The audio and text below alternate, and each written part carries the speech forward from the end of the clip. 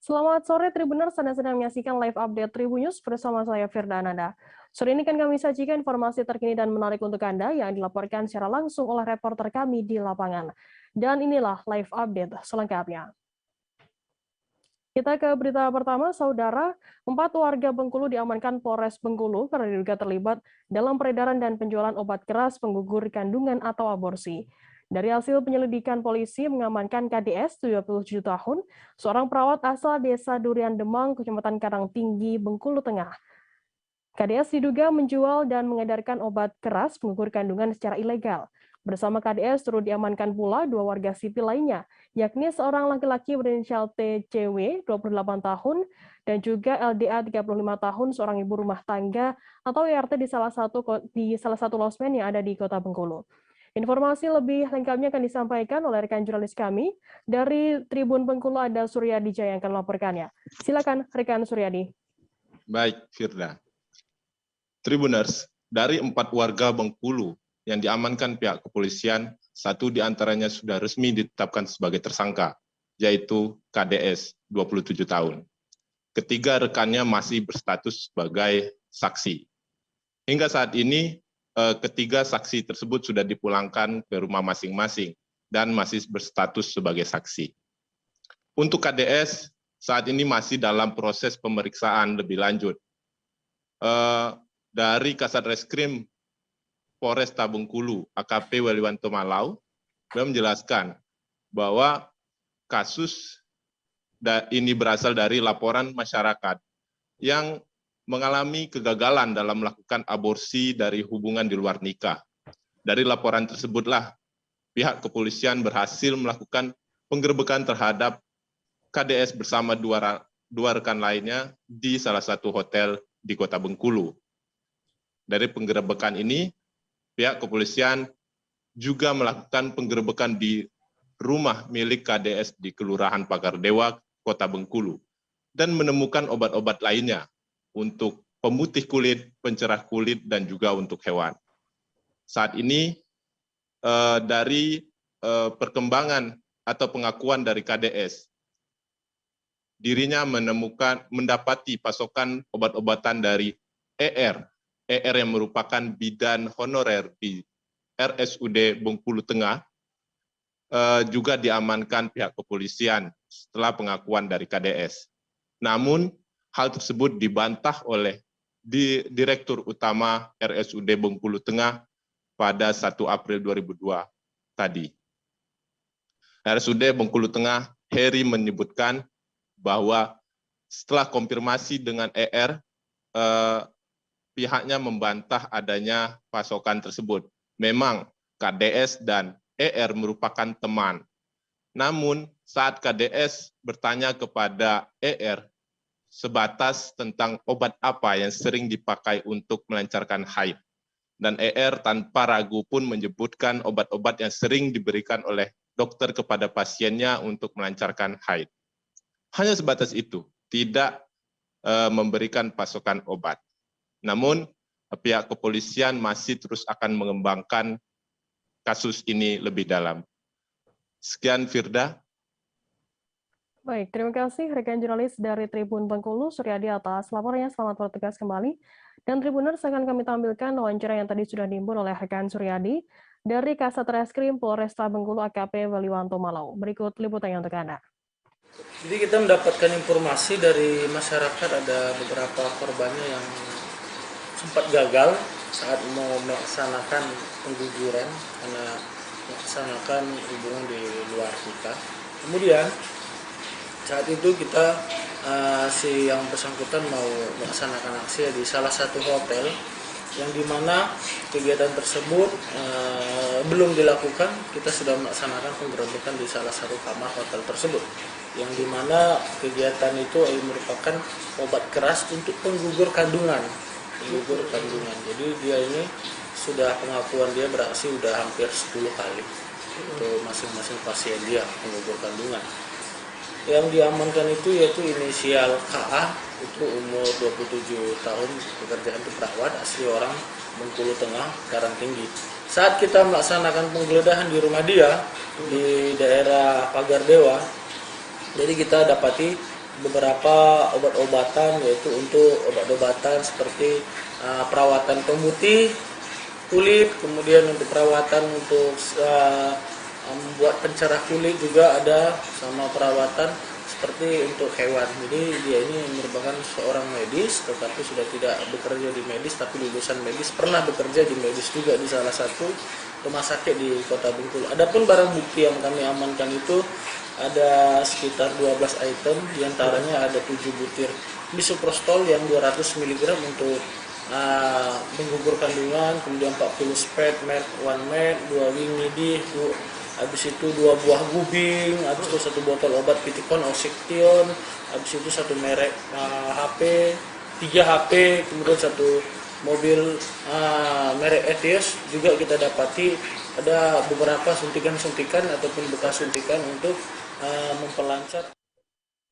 Menggunakan 2 kapal speedboat dan 1 perahu karet, tim gabungan melakukan evakuasi terhadap Bagus Reski Juawan, 33 tahun, anak buah kapal atau ABK TM Sinar Mandalika yang ditemukan meninggal dunia di dalam kamar kapal. Berjarak sekitar 1 mil dari Pelabuhan Tanjung Kalian Muntok, tim terdiri dari Pos TNI AL Muntok, Satpoler Polres Bangka Barat, dan Basarnas melakukan evakuasi sekira pukul 9 pagi. Petugas membawa jenazah menuju RSUD Sejiran Setason. Informasi lebih lengkapnya akan disampaikan oleh rekan jurnalis kami dari Bangka Pos. Ada Rizky Yanda Palevi yang akan melaporkannya. Silakan rekan Rizky. Iya, Firda. Pada Kamis 31 Maret 2002 lalu, tim gabungan yang terdiri dari Pos TNI AL Muntok, Satpol Air Polres Bangka Barat, dan Basarnas melakukan evakuasi terhadap jenazah ABK MT Sinar Mandalika yang ditemukan meninggal dunia di atas kapal atau tepat berada di dalam kamarnya. Tim gabungan mendapat informasi sekitar pukul 7 lalu pada pukul 9 menggunakan 2 speedboat dan 1 perahu karet, tim gabungan berangkat dari Pelabuhan Tanjung Kalian menuju kapal yang berjarak sekitar 1 mil dari daratan. Sebelumnya diketahui untuk MT Sinar Mandalika mengangkut RDP Kernel Oil berangkat pada Jumat 25 Maret 2002 lalu dari Pelabuhan Balikpapan, Kalimantan Timur menuju Pelabuhan Lubuk Gaung, Dumai, Provinsi Riau. Lebih lanjut, diketahui ABK MT Sinar Mandalika yang meninggal dunia yakni bernama Bagus Reski Juawan yang merupakan warga Sidoarjo, Provinsi Jawa Timur. Sementara itu dari keterangan Wadan Pos TNI AL Muntok, Peltu Tampu Bolon membeberkan terkait kronologi sebelum Bagus Reski ditemukan meninggal dunia di atas kapal MT Sinar Mandalika.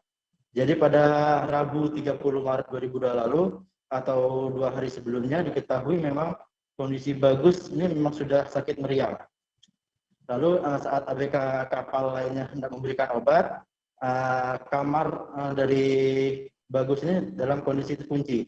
Lalu saat rekannya menggunakan kunci lain dan berhasil membuka pintu, rekan-rekan dari almarhum Bagus menemukan kondisinya sudah meninggal dunia di kamarnya.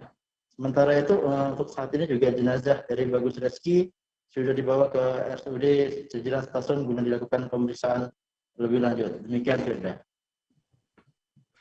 Baik, terima kasih rekan jurnalis dari Bangka Pos Rizky atas laporannya. Selamat bertugas kembali.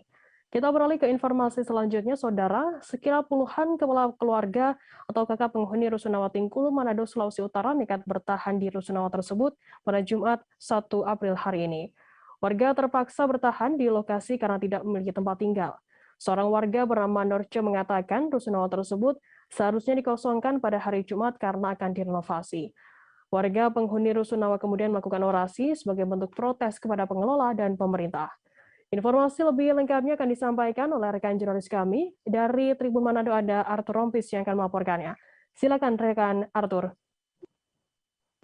Ya, selamat sore Firda dan Tribuners. Jadi tadi baru saja dilakukan pengosongan Rusunawa Tingkulu yang berada di Kota Manado, Provinsi Sulawesi Utara. Jadi pengosongan dilakukan untuk merehab Rusunawa tersebut karena keadaan Rusunawa yang sudah tidak layak, fasilitasnya sudah banyak yang rusak. Namun ini dari penghuni melakukan protes karena dari Pemkot Manado tidak memberikan lokasi untuk relokasi. Jadi ada banyak warga yang tidak tahu lagi akan bertempat tinggal di mana. Jadi pada saat pengosongan tadi, pada tanggal 1 April tadi, warga memilih bertahan di lokasi. Mereka juga melakukan orasi dan juga menyerukan permintaan agar pemerintah Kota Manado bisa menyediakan tempat bagi mereka untuk sebagai tempat tinggal sementara. Jadi warga atau penghuni sampai saat ini masih bertahan di lokasi lobi Rusunawa karena mereka mengaku tidak memiliki uang untuk mencari tempat kos atau memiliki saudara untuk menaruh barang-barang mereka. Jadi seperti itu kondisi takdir. Baik, terima kasih rekan jurnalis dari Tribun Manado, Arthur Rolbis atas laporannya. Selamat bertugas kembali. Kita beralih ke informasi selanjutnya, Saudara. Darham Apriansyah, 46 tahun, warga desa Jemaring, Kecamatan Jarai, Kabupaten Lahad, ditangkap karena kedapatan menanam ganja. Yang ingin mengecoh warga dan petugas dengan menanam ganja di antara tanaman cabai. Sayangnya strategi Darham ini masih terbaca anggota Polres Lahad sehingga ia berhasil dibekuk oleh polisi. Berawal dari informasi yang didapat oleh warga, anggota Polsek Jarai kemudian melakukan lidik atas adanya informasi tersebut. Saat berada di lokasi penanaman pun polisi menemukan 6 batang ganja tumbuh subur di lokasi tersebut. Informasi lebih lengkapnya akan disampaikan oleh rekan jurnalis kami dari Sriwijaya Pos, ada Edi Amin yang akan melaporkannya. Silakan rekan Edi. Baik, Verda, dapat kami sampaikan bahwasannya beberapa waktu lalu jajaran Polres Lahad menangkap seorang pelaku penanam ganja di wilayah Jarai, Kecamatan Kabupaten Lahad.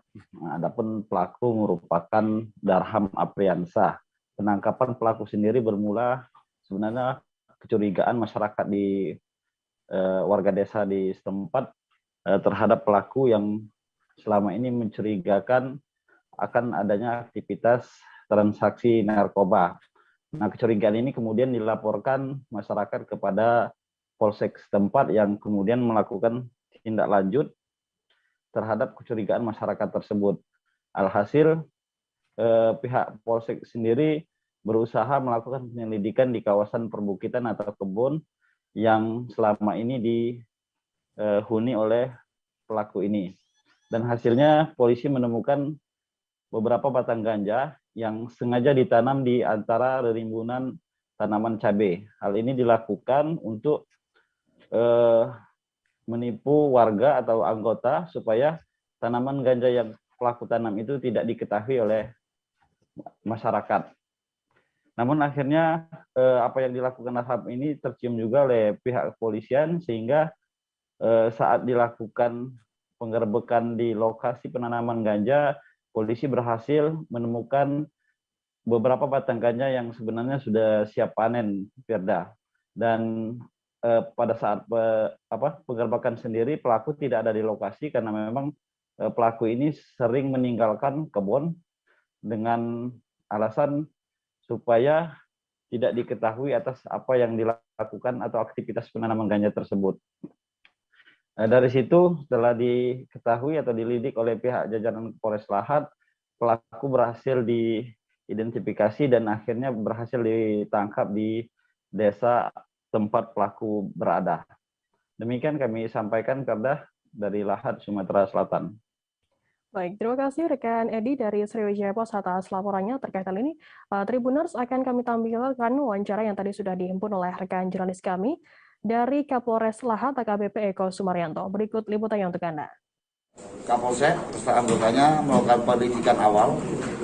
Setelah meyakinkan bahwa itu ada, langsung berkoordinasi dengan Kasat Narkoba dan dibantu anggota Intel langsung bersama-sama dari Polsek dan dari Polres untuk melakukan penangkapan ke kebun cabai tersebut. Betul dinyatakan didapatkan memang ada di sela-sela kebun cabai ditanam pohon ganja. Itu sekarang kita amankan. Barang bukti ada kurang lebih 19 kilo ya. 19 kilo setengah yang kita amankan, 6 batang. Ratusan massa yang tergabung dari rakyat Papua dan mahasiswa melaksanakan demonstrasi penolakan pembentukan daerah otonomi baru atau DOB dan Otsus Jilid 2 di Jayapura. Diketahui demonstrasi penolakan DOB tersebut berlangsung di beberapa titik, yakni di Perumnas 3 Waena, Buper Waena, dan lingkaran Amipura. Demonstrasi yang berlangsung kurang lebih 8 jam tersebut berlangsung tertib. Beberapa perwakilan anggota DPR Papua terjun langsung ke lapangan guna menerima aspirasi dari rakyat. Informasi lebih lengkapnya akan disampaikan oleh rekan jurnalis kami dari Tribun Papua, ada Hendrik Rewapatara yang akan melaporkannya. Silakan rekan Hendrik. Oke, selamat malam waktu Papua untuk Tribuners di mana saja berada dan juga rekan Firda. Ya, dapat saya informasikan bahwa penolakan daerah otonomi baru dan juga Otsus Jilid 2 ini dilaksanakan oleh PRP atau Petisi Rakyat Papua, di mana ada beberapa titik yang menjadi fokus kumpul, yakni Perumnas 3 Waena, Buper Waena, dan juga lingkaran Amipura. Di mana berdasarkan pantauan saya, para aparat keamanan sudah bersiaga tepatnya pukul 8 pagi, namun masa aksi bergerak sekiranya pukul jam 9.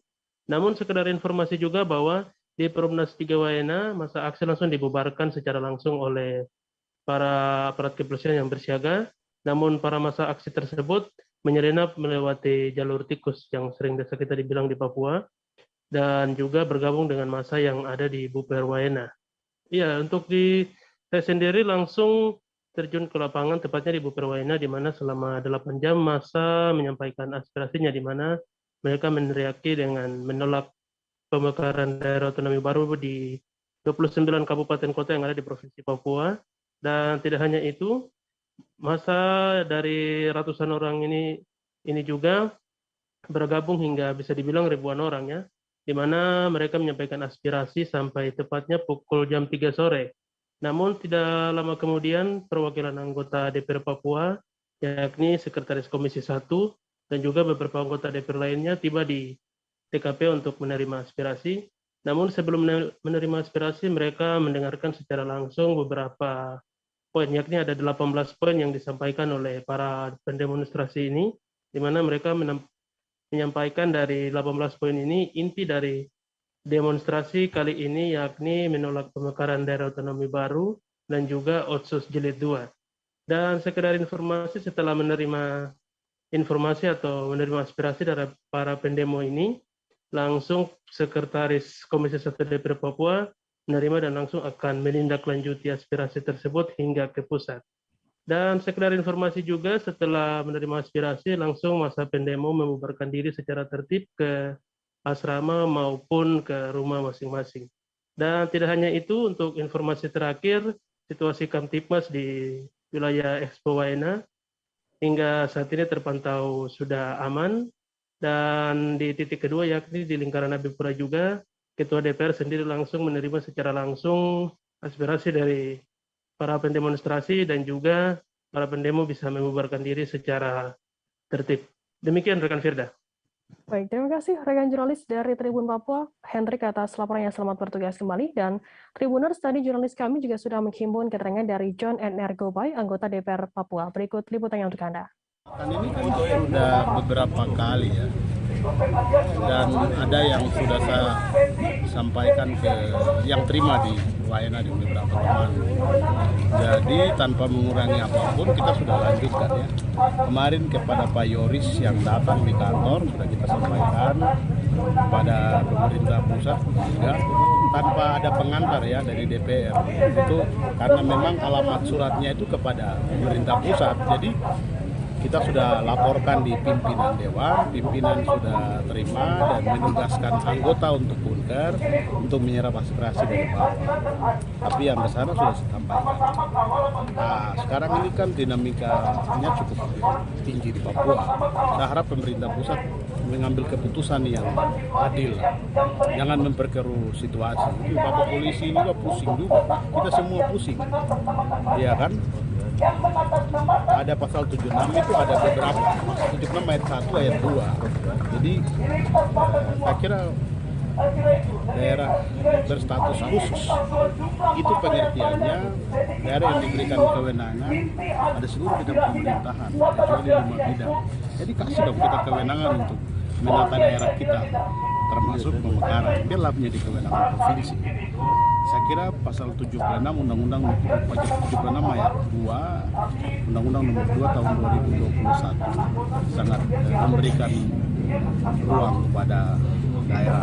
Jangan pemerintah pusat melakukan perubahan dari desentralisasi asimetris yang diberikan di undang-undang khusus menjadi sentralisasi. Hargailah kita daerah yang berstatus khusus dari istimewa. Terima kasih. Tribuners, selesai jeda kami akan kembali dengan informasi menarik lainnya, tetaplah di Live Update. Oke, apa kabar Bang Ariski di sini untuk strateginya? Kalau saya sendiri di Jumit 37 ini yang semalam baru mulai, saya udah sebenarnya aku nggak ngerasa itu penangkapan atau penggerebegan atau apapun itu, karena gitu posisinya aku kriteria. Jadi kita mengenal disebut dengan stroke yang tidak berdarah dengan stroke yang berdarah. Stroke yang tidak berdarah itu biasanya ditandai dengan adanya penyumbatan. Kalau itu terjadi di sini mungkin pikirnya tidak ke situ kali ya, tapi kalau di Korea atau di Kamboja itu ada beberapa paper yang saya itu mas, ya dulunya tukang koran. Oh gitu ya, tukang koran. Ya saya baca itu Pak. Tuh kan pernah baca kan? Ya. Jadi kalau saya jadi tanggam itu udah bersyukur banget. Si anak ini dijadikan sebagai tersangka begitu. Ya kalau ini kita bicara yang di luar kasus Sebongombo ya. Dengan nama hujan shower, di mana terdapat batas jelas antara daerah hujan dan tidak hujan yang biasanya terjadi pada fase awal mature stage atau tahap berbahaya itu Kang. Jadi mulai artinya terjadinya perlembekan. Nah itu untuk penetrasi akan sulit. Gitu ya. Dok, saya ini menurut saya memang tidak mudah, bukan urusan tanah diambil. Kalau misalnya Amerika Serikat sekarang, Rasulullah mengatakan dalam sebuah hadis bahwa berpuasa di 6 hari Syawal itu. Oke, apa kabar Bang Ariski di sini untuk strateginya? Kalau saya sendiri di Jumit 37 ini yang semalam baru mulai, saya udah sebenarnya aku nggak ngerasa itu penangkapan atau penggerebegan atau apapun itu, karena gitu posisinya aku kriteria. Jadi kita mengenal disebut dengan stroke yang tidak berdarah dengan stroke yang berdarah. Stroke yang tidak berdarah itu biasanya ditandai dengan adanya penyumbatan. Kalau itu terjadi di sini mungkin pikirnya tidak ke situ kali ya, tapi kalau di Korea atau di Kamboja itu ada beberapa paper yang saya itu mas, ya dulunya tukang koran. Oh gitu ya, tukang koran. Ya saya baca itu Pak. Tuh kan pernah baca kan? Ya. Jadi kalau saya jadi tanggam itu udah bersyukur banget. Si anak ini dijadikan sebagai tersangka begitu.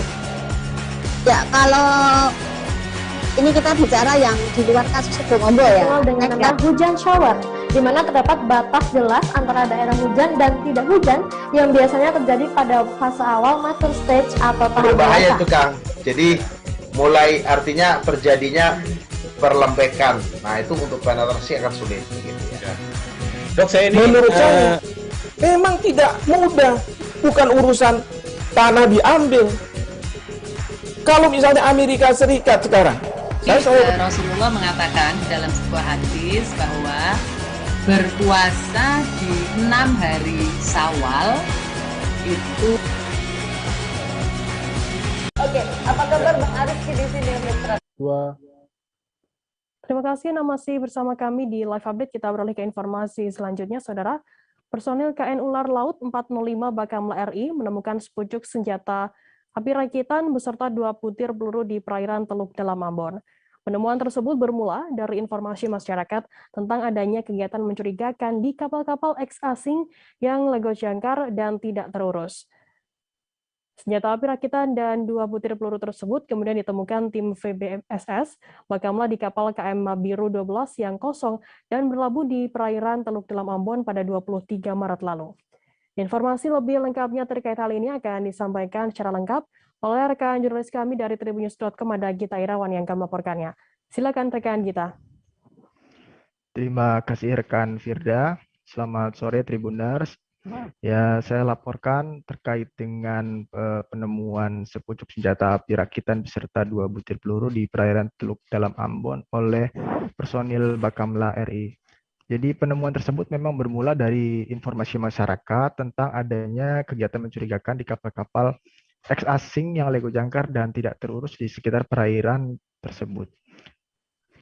KN Ular Laut 405 Bakamla yang sedang melaksanakan operasi Gada Nusantara 8 2022 pada 23 Maret kemudian menurunkan tim VBSS untuk melakukan pemeriksaan terhadap kapal-kapal yang sedang berlabuh di perairan Teluk Dalam Ambon tersebut. Tim VBSS yang terdiri dari 6 personil kemudian memeriksa kapal KM Mabiru 12. Tim VBSS kemudian menemukan kapal tersebut dalam keadaan kosong. Saat melakukan penggeledahan di ruangan di belakang anjungan, tim kemudian menemukan sebuah tas hitam berisi sepucuk senjata rakitan dan 2 butir peluru tersebut. Tim VBSS kemudian melakukan pemeriksaan lebih lanjut dan tidak menemukan benda lain yang mencurigakan. Hasil dari temuan tersebut kemudian dilaporkan kepada komando atas. Tadi pada saat konferensi pers, Kepala Bakamla RI Laksamana Madya TNI Aan Kurnia mengatakan temuan tersebut merupakan pengembangan dari hasil pemeriksaan yang dilakukan oleh Bakamla sekira 2 bulan lalu.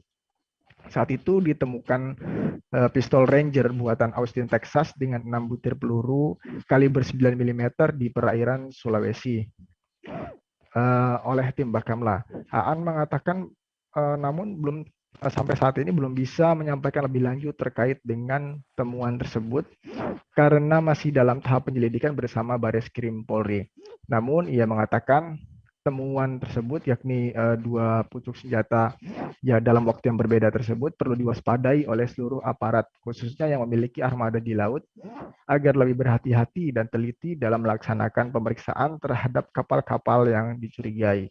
Demikian Firda. Baik, terima kasih rekan jurnalis dari tribunnews.com Gita atas laporan yang selamat bertugas kembali. Kita beralih ke informasi selanjutnya, Saudara. Turshedo Studio, perusahaan otomotif asal Pulau Dewata, Bali, ikut serta di Indonesia International Motor Show atau IMS 2022. Bertempat di G-Expo Kemayoran, Turshedo Studio ingin memperkenalkan diri bahwa di Indonesia pihaknya memproduksi mobil sport klasik secara handmade. Pemilik Turshedo Studio Laksamana Gusti Handoko menyampaikan, pembuatan satu mobil dapat diselesaikan dalam periode waktu 1 tahun. Hasilnya pun tak akan kalah jauh dengan mobil klasik pada umumnya. Saat ini harga satu mobil biasanya kisaran harga 1,7 miliar rupiah hingga 5 miliar rupiah. Untuk mengetahui informasi lebih lengkapnya akan disampaikan oleh rekan jurnalis kami dari wartakotalive.com ada Rafsan Zani Simanjorang yang akan melaporkannya. Silakan Rafsan Zani.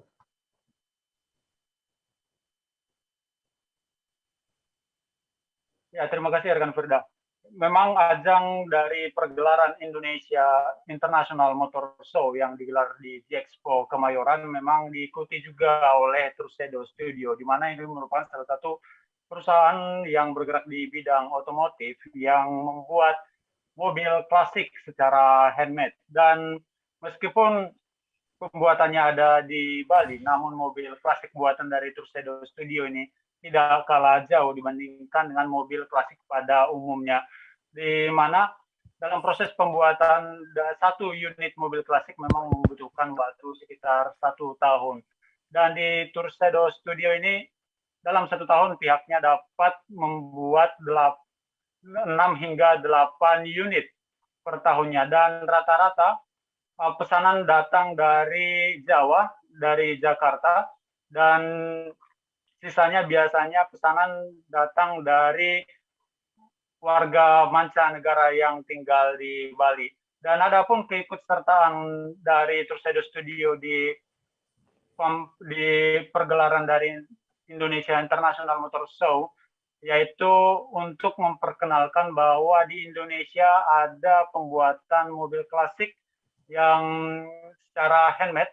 Hal ini dijelaskan oleh Laksmana Gusti Handoko selaku owner dari Turshedo Studio. Dan mereka juga ingin memperkenalkan bahwa mobil klasik yang diciptakan ataupun yang dibuat oleh mereka tidak kalah jauh, baik itu dari kegunaan, baik itu dari kecepatan, maupun dari spesifikasi lainnya yang ada di mobil klasik yang pada umumnya dikenal oleh masyarakat. Sekian rekan Firda.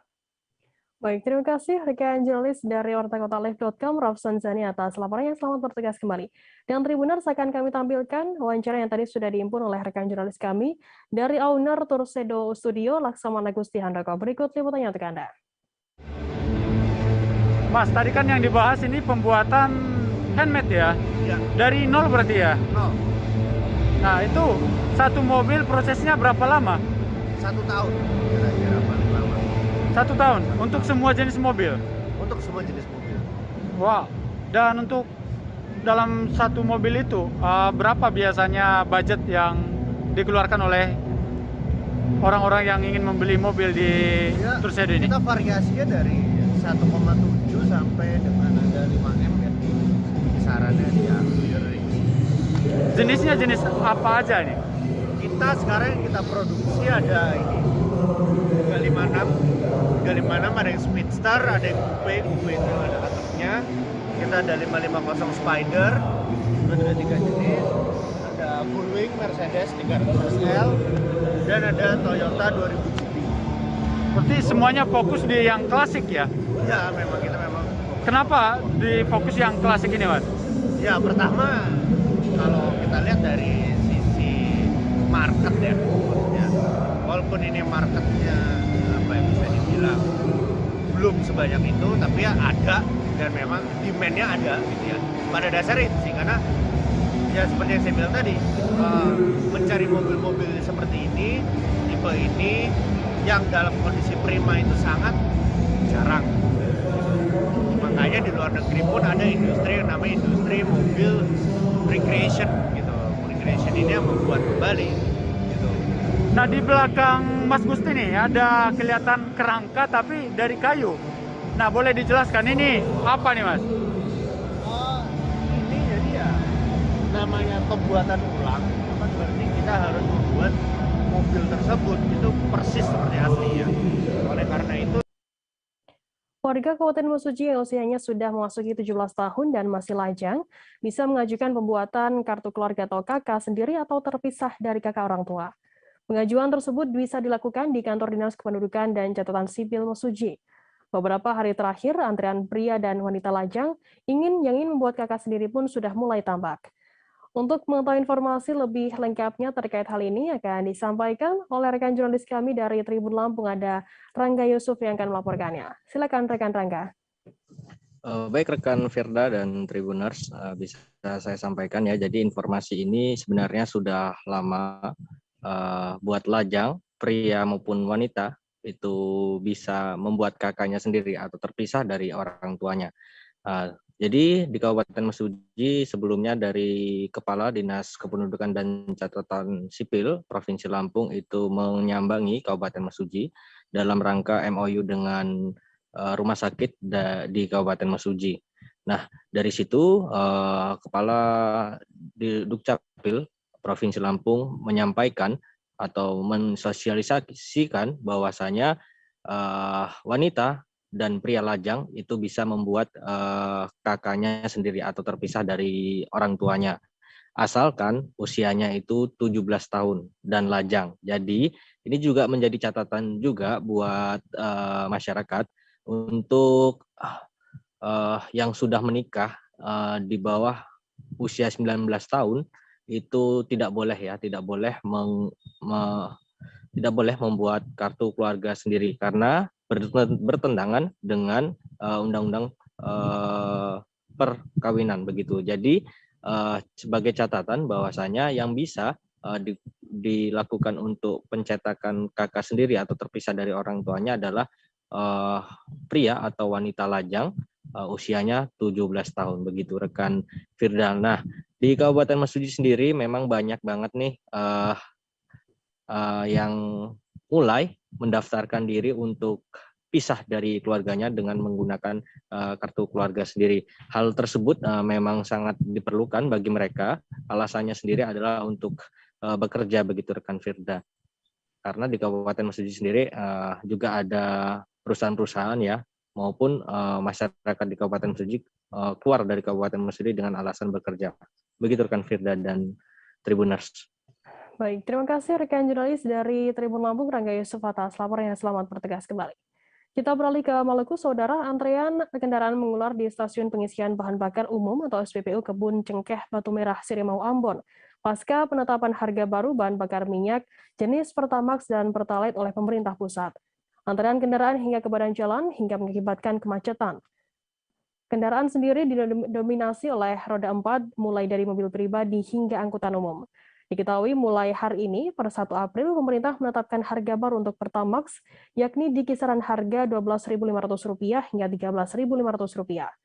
Untuk mengetahui informasi lebih lengkapnya terkait hal ini akan disampaikan oleh rekan jurnalis kami dari Tribun Ambon, ada Ridwan Tuasamu yang akan melaporkannya.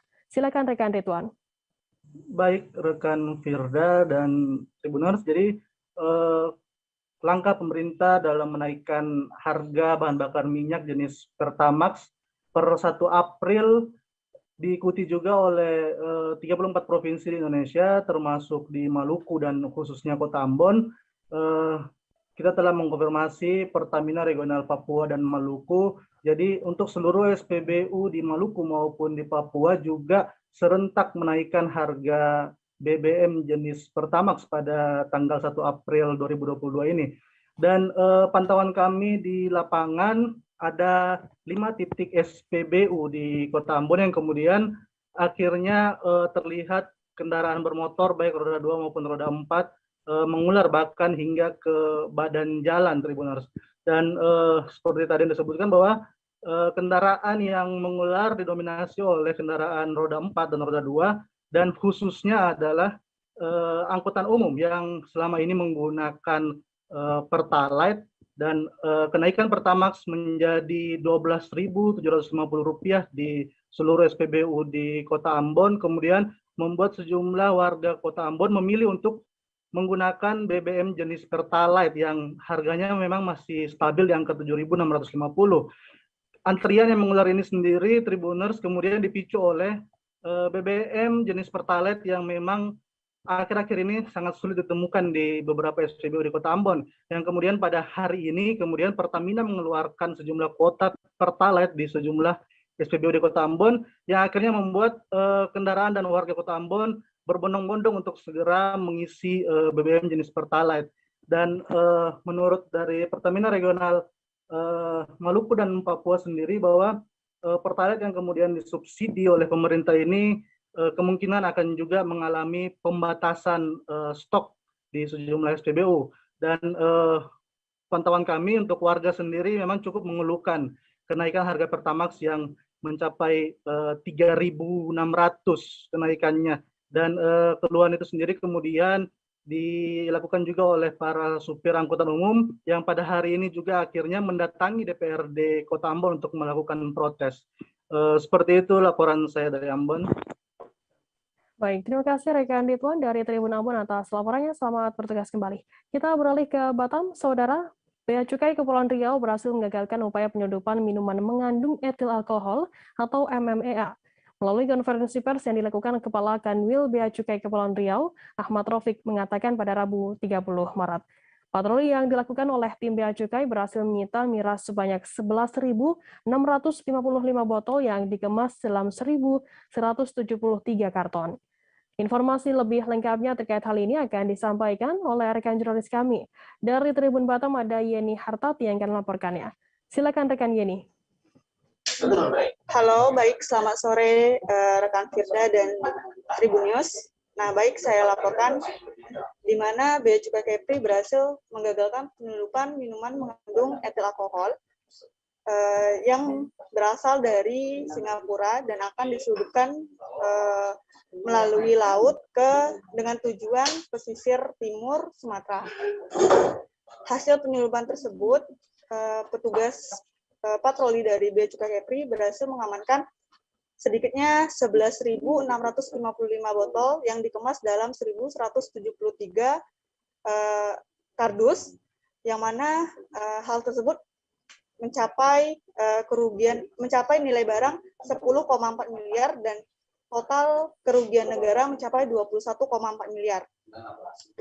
Nah, adapun penyelundupan ini bermula saat adanya informasi dari masyarakat yang adanya penyelundupan dari minuman beralkohol ini. Dan dalam proses pengejaran, penyelundup berhasil atau melakukan upaya dengan menonaktifkan AIS atau Automatic Identification System, tujuannya untuk melabui para petugas. Namun, petugas dari Bea Cukai Kepri berhasil melakukan pengejaran di sekitar perairan Pulau Bintan. Nah, adapun dari proses pengejaran tersebut, petugas mengamankan satu tersangka, di mana satu tersangka tersebut berinisial MSR, yang merupakan nahkoda dari kapal barang miras tersebut. Dan saat ini proses dari kasus ini masih dilakukan pengembangan, dan tentunya tersangka dikenai pasal 102 huruf A dengan ancaman pidana minimal 10 tahun dan denda maksimal 5 miliar. Sekian rekan Firda. Baik, terima kasih rekan jurnalis Diani Hartati dari Tribun Batam atas laporannya. Selamat bertugas kembali. Dan Tribuners, akan kami tampilkan wawancara yang tadi sudah dihimpun oleh rekan jurnalis kami dari Kepala Kepabeanan dan Bea Cukai Abdul Rashid. Berikut liputannya untuk Anda. Tadi kita sudah sama-sama lakukan, kita sudah rilis terkait dengan tegahannya kita, ya kan? Dan teman-teman sudah lihat juga bahwa acara tadi kita hadiri bersama, ada dari teman-teman Kejaksaan Negeri, bahkan pemerintah daerah juga hadir, dari kepolisian juga, dari teman-teman Lanal Angkatan Laut juga hadir, dan juga KSOP. Nah, ini kita sangat berterima kasih atas bantuan masyarakat terkait dengan sinerginya memberikan informasi, dan juga sinergi kita utamanya untuk kita mengamankan wilayah Kepulauan Riau dari masuknya barang-barang ilegal. Ya. Dan kita ketahui bahwa ini dimasukkan dengan cara salah satunya tadi sudah disebutkan, mereka mematikan alat pemantau posisi kapal. Nah, ini sangat perlu kita perhatikan bersama. Saya kira itu teman-teman, nanti tolong dari teman-teman wartawan untuk bisa sama-sama juga menyampaikan kepada masyarakat bahwa upaya penyelundupan seperti ini adalah merugikan negara. Baik dari sisi salah satunya pengamanan komoditi, karena memang ini barang yang bersifat adalah harus dikonsumsi, barang yang dikonsumsi manusia, jadi perlu juga adanya instansi-instansi terkait yang memang perlu memantau peredaran barang tersebut. Yang kedua, bahwa ternyata masuknya barang dari luar negeri itu ada kewajiban fiskal yang harus dipenuhi. Nah, ini mereka berusaha untuk menghindari ini semua. Saya kira itu teman-teman yang bisa kami sampaikan. Pak, untuk barang kapan kelimpahan kasusnya, Pak? Saat ini kita masih pengembangan dan masih proses. Jadi masih proses, tadi juga sudah disampaikan oleh Bu Kajari bahwa kita teman-teman kejaksaan siap mendukung ini semua. Jadi masih proses ya, proses pengembangan. Pak, tersangka ini bukan pemiliknya, Pak? Tribuners, sesudah jeda kami akan kembali dengan informasi menarik lainnya, tetaplah di Live Update. Oke, apa kabar Bang Ariski di sini untuk strateginya? Kalau saya sendiri di Gimik 37 ini yang semalam baru mulai, saya udah sebenarnya aku nggak ngerasain penangkapan atau penggerbegan atau apapun itu, karena gitu posisinya aku kriteria. Jadi kita mengenal disebut dengan stroke yang tidak berdarah dengan stroke yang berdarah. Stroke yang tidak berdarah itu biasanya ditandai dengan adanya penyumbatan. Kalau itu terjadi di sini mungkin pikirnya tidak ke situ kali ya, tapi kalau di Korea atau di Kamboja itu ada beberapa paper yang saya itu Mas, ya, dulunya tukang koran. Oh gitu ya. Tukang koran. Ya, saya baca itu, Pak. Tuh kan, pernah baca kan? Ya. Jadi kalau saya jadi tanggam itu udah bersyukur banget. Si anak ini dijadikan sebagai tersangka begitu. Ya, kalau ini kita bicara yang di luar kasus Sebong Ombo ya. Dengan nama hujan shower, di mana terdapat batas jelas antara daerah hujan dan tidak hujan yang biasanya terjadi pada fase awal mature stage atau tahap berbahaya itu Kang. Jadi mulai artinya terjadinya perlembekan. Nah, itu untuk penetrasi akan sulit gitu ya. Dok, saya ini menurut saya memang tidak mudah, bukan urusan tanah diambil. Kalau misalnya Amerika Serikat sekarang, Rasulullah mengatakan dalam sebuah hadis bahwa berpuasa di 6 hari Syawal itu. Oke, apa Apa kabar Bang Ariski di sini untuk strateginya? Kalau saya sendiri di Gimik 37 ini yang semalam baru mulai, saya udah sebenarnya aku nggak ngerasain penangkapan atau penggerbegan atau apapun itu, karena gitu posisinya aku kriteria. Jadi kita mengenal disebut dengan stroke yang tidak berdarah dengan stroke yang berdarah. Stroke yang tidak berdarah itu biasanya ditandai dengan adanya penyumbatan. Kalau itu terjadi di sini mungkin pikirnya tidak ke situ kali ya, tapi kalau di Korea atau di Kamboja itu ada beberapa paper yang saya itu mas, ya, dulunya tukang koran. Oh gitu ya. Tukang koran. Ya, saya baca itu Pak. Tuh kan pernah baca kan? Ya. Jadi kalau saya jadi tanggan itu udah bersyukur banget. Si anak ini dijadikan sebagai tersangka begitu. Ya, kalau ini kita bicara yang di luar kasus Subroombo ya. Dengan nama hujan shower, di mana terdapat batas jelas antara daerah hujan dan tidak hujan yang biasanya terjadi pada fase awal mature stage atau tahap berbahaya dewasa. itu Kang. Jadi mulai artinya terjadinya perlembekan. Nah itu untuk penetrasi akan sulit. Gitu ya. Dok, saya ini menurut saya memang tidak mudah, bukan urusan tanah diambil. Kalau misalnya Amerika Serikat sekarang, Rasulullah mengatakan dalam sebuah hadis bahwa berpuasa di 6 hari Syawal itu. Oke, apa kabar Bang Ariski di sini untuk strateginya? Kalau saya sendiri di Gimik 37 ini yang semalam baru mulai, saya udah sebenarnya aku nggak ngerasain penangkapan atau penggerbegan atau apapun itu, karena gitu posisinya aku kriteria. Jadi kita mengenal disebut dengan stroke yang tidak berdarah dengan stroke yang berdarah. Stroke yang tidak berdarah itu biasanya ditandai dengan adanya penyumbatan. Kalau itu terjadi di sini mungkin pikirnya tidak ke situ kali ya, tapi kalau di Korea atau di Kamboja itu ada beberapa paper yang saya itu mas, ya, dulunya tukang koran. Oh gitu ya. Tukang koran. Ya, saya baca itu Pak. Tuh kan pernah baca kan? Ya. Jadi kalau saya jadi tanggan itu udah bersyukur banget. Si anak ini dijadikan sebagai tersangka begitu. Ya, kalau ini kita. Terima kasih Anda masih bersama kami di Live Update. Kita beralih ke informasi selanjutnya, Saudara. Dukungan kepada Ganjar Pranowo dan Puan Maharani untuk maju dalam kontestasi Pilpres 2024 mulai berkumandang di sejumlah wilayah Indonesia termasuk Provinsi Papua Barat. Kali ini untuk wilayah Papua Barat sendiri, sejumlah rakyat mendeklarasikan diri sebagai Laskar Ganjar Puan atau LGP. Ketua LGP Papua Barat Domingus Mandacan mengatakan mulai saat ini pihaknya meminta dukungan dan doa dari masyarakat di Papua Barat untuk LGP. Sebab ia menilai kedua figur ini memiliki rekam jejak yang baik. Untuk mengetahui informasi lebih lengkapnya, saat ini kami sudah tersambung dengan jurnalis dari Tribun Papua Barat, ada Safwan yang akan melaporkannya. Silakan rekan Safwan. Ya, baik. Firda dan juga Tribuners dimanapun Anda berada, hari ini dapat saya kabarkan dari Kabupaten Manokwari, Provinsi Papua Barat, bahwa pada pagi tadi sejumlah masyarakat di Kabupaten Manokwari, khususnya di Provinsi Papua Barat, telah mendeklarasikan diri untuk mendukung pasangan Ganjar dan juga Puan Maharani pada Pilpres 2024 nanti.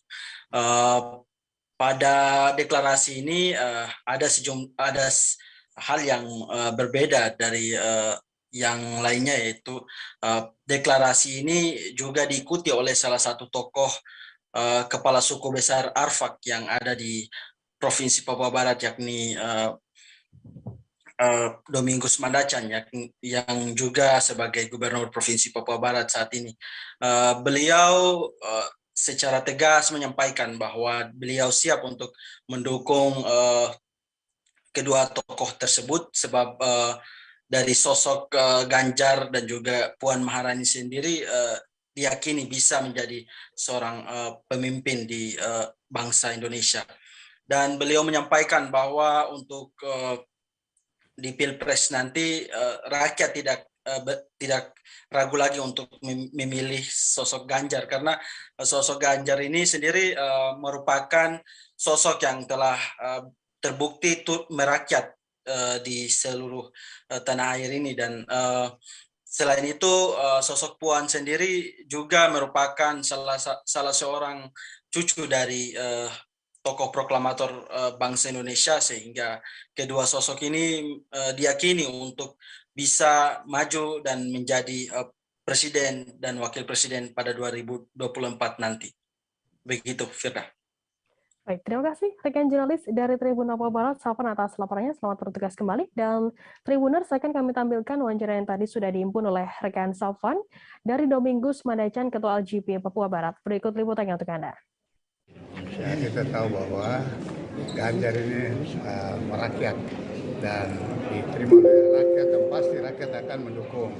Kemudian kalau Mbak Puan, ya ketokohannya, dan cucu dari tokoh proklamator Republik Indonesia Bapak Soekarno. 2024-2029 pasti gubernur. Kita yakin punya iman. DPD konsolidasi untuk DPP ke daerah ini bagaimana? Ya, kita akan kerjasama dengan Ketua DPD nanti untuk kita bentuk di tingkat kecamatan atau distrik sampai ke tingkat kampung dan Untuk 2 periode menggandeng siapa Pak nanti?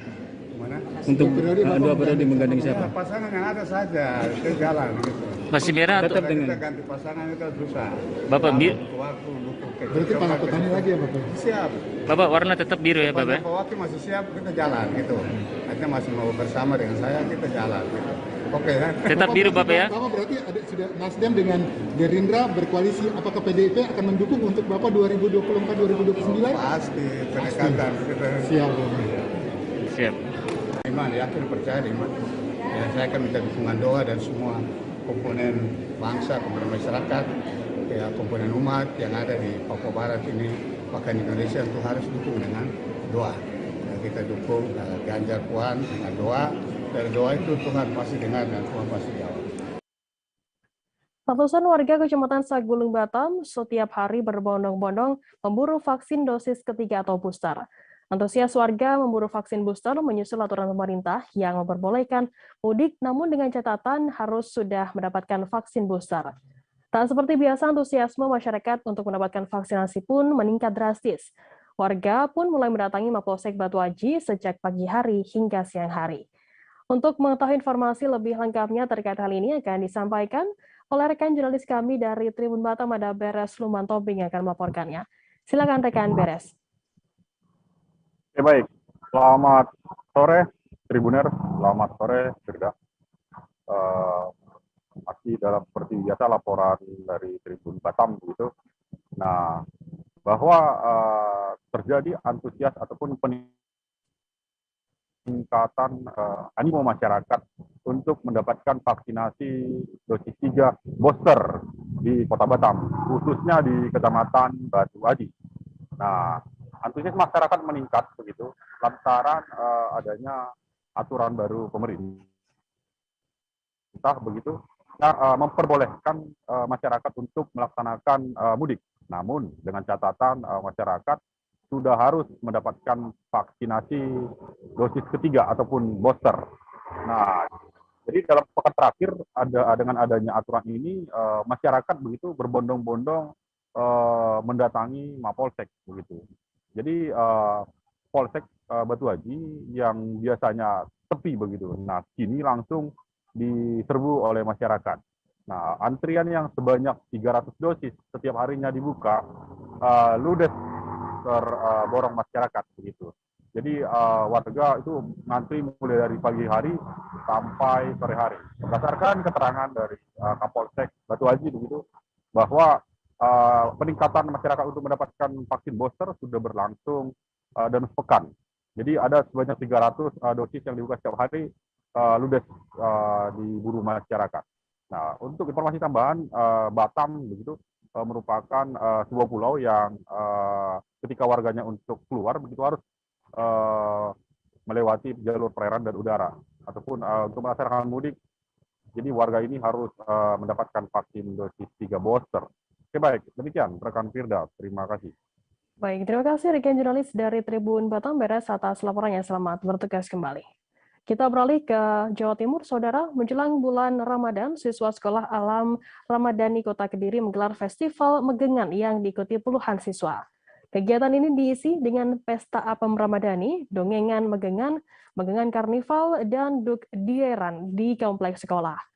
Pesta apem dilakukan dengan mengajarkan kepada seluruh siswa cara membuat apem. Siswa pun juga diajari bahan-bahan yang dibutuhkan untuk membuat adonan dan serta cara mencetak apem dengan pan. Informasi lebih lengkapnya akan disampaikan oleh rekan jurnalis kami dari surya.co.id, ada Didi Mashudi yang akan melaporkannya. Silakan rekan Didi. Dan terima kasih rekan Tribuners. Jadi Sekolah Alam Ramadhani kembali menggelar kegiatan yang merupakan salah satu kearifan lokal di Indonesia, yakni Festival Megengan. Nah, ini sudah biasa dilakukan oleh masyarakat. Jadi kalau menjelang bulan puasa itu anak-anak atau masyarakat itu membuat kue apem, salah satu kue favorit yang biasa dibagikan dan dibuat saat Megengan. Dan upaya ini dilakukan untuk memberikan pengenalan secara dini apa itu makna Megengan dan mengapa dilakukan Megengan. Jadi sehingga sejak dini anak-anak ini diajari untuk membuat apem. Jadi mereka tidak hanya makan saja, jadi bagaimana proses.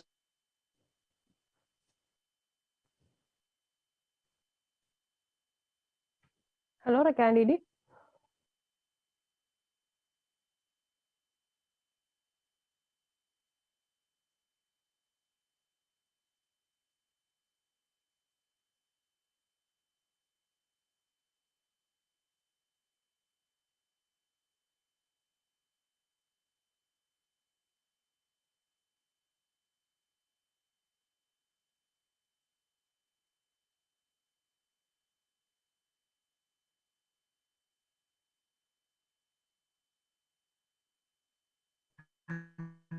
Ya, silakan dilanjutkan rekan Didi.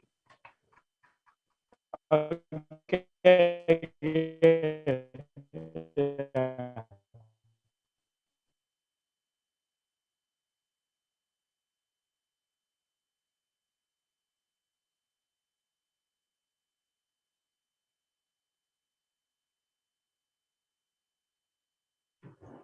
Tribuners, kami mengalami sedikit gangguan sinyal dengan jurnalis kami dengan Didi Mashudi dari surya.co.id, dan kami tadi sudah mendapatkan wawancara juga dari Siti Amiati, guru pendamping, dan juga ada siswa peserta Festival Megengan. Berikut liputannya untuk Anda. Karena kan kita memperingati mau menyambut Ramadan, jadi mengenalkan anak-anak dengan budaya kita, dengan budaya apeman. Mungkin nanti kalau di rumah kan anak-anak apa itu kadang kan masih belum paham kan apa itu apem, yang tahu apem. Makanya di sini kita mengertikan ke anak-anak apa itu apem, yaitu tradisi yang istilahnya untuk diuri-uri gitu, mengenalkan sejak dini tradisi kita gitu. Untuk pembuatan apemnya kita bekerja sama dengan wali. Jadi kita untuk tutornya wali dari kelas Batang. Jadi wali yang menjadi tutornya, anak-anak juga ikut terlibat dalam pembuatan yang seperti panjenengan bersani wow, seperti itu, sederhana. Gitu. Terus ada juga wayangan ini Bu ya? Wayangan dongeng, karena kan dongeng kan ke anak-anak untuk pengenalan literasi juga kan, gitu. Jadi sambil belajar mereka juga dikenalkan, juga membahagiakan. Sederhana tapi membahagiakan untuk anak-anak. Gitu. Kalau karnavalnya apa Bu? Karnavalnya nanti, karena nanti ini kan yang TK. Untuk karnavalnya nanti TPA, Gunungan Apem itu. Oh iya. Untuk nanti sore kegiatan anak-anak TPA. Oke. Ramadan. Jadi untuk membuat apem yang diajarkan apa saja sama Bunda tadi itu? Bahannya apa saja tadi?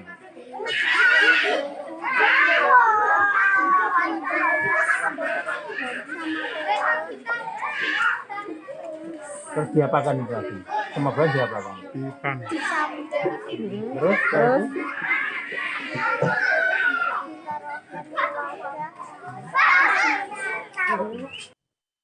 Menyemarakan HUT Kota Malang ke-108 pada 1 April 2022, outlet sepatu bersih menggratiskan cuci sepatu gratis pada Jumat 1 April hari ini. Kuota yang disediakan pun ada sebanyak 108 pasang sepatu. Warga yang datang untuk memanfaatkan cuci sepatu gratis ini datang bergantian. Informasi lebih lengkapnya terkait hal ini akan disampaikan oleh rekan jurnalis kami dari Surya Malang, ada Sylvia Dita yang akan melaporkannya. Silakan rekan Sylvie. Ya, selamat sore Tribuners.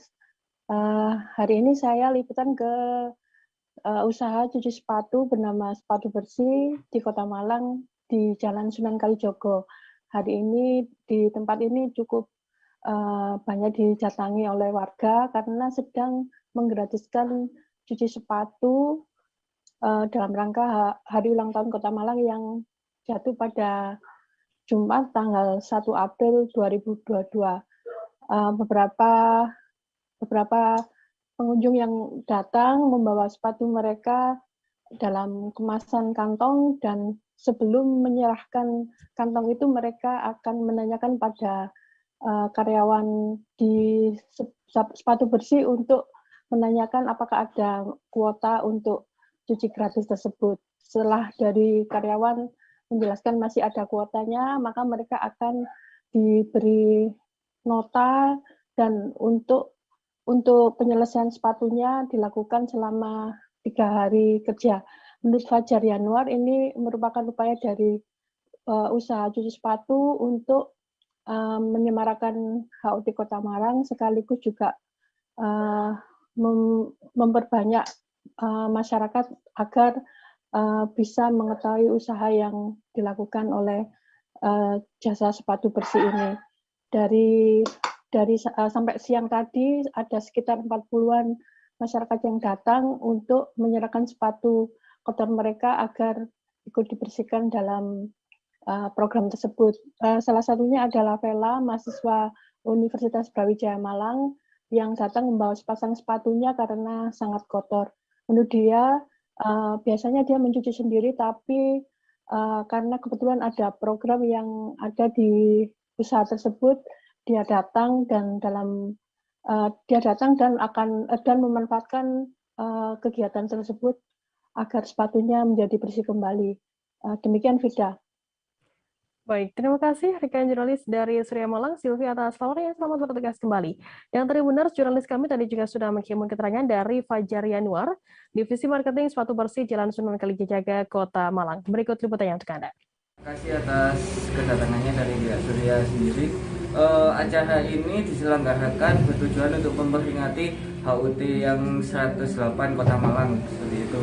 Maka dari itu, Sepatu Bersih mengadakan cuci gratis sejumlah 108 sepatu kayak gitu. Nah, di sini selain mengadakan acara tersebut, kita juga ingin memberikan apresiasi lebih kepada Kota Malang, khususnya pemerintahnya sudah berjuang atau memberikan program-program dan meningkatkan animo masyarakat untuk mau cuci sepatu seperti itu. Nah, kadang kan kita nggak sempat cuci sepatu, makanya kita bikin acara event ini sekaligus memperingati hari ulang tahun Kota Malang seperti itu. Kuotanya berapa tadi? Kuotanya 108 sepatu, Mbak. Terus animo dari masyarakat? Alhamdulillah kemarin kita upload di sosmed itu H-1 lumayan mendapatkan banyak respon ya, like kita nambah, terus komen-komen teman-teman responnya juga positif, alhamdulillah.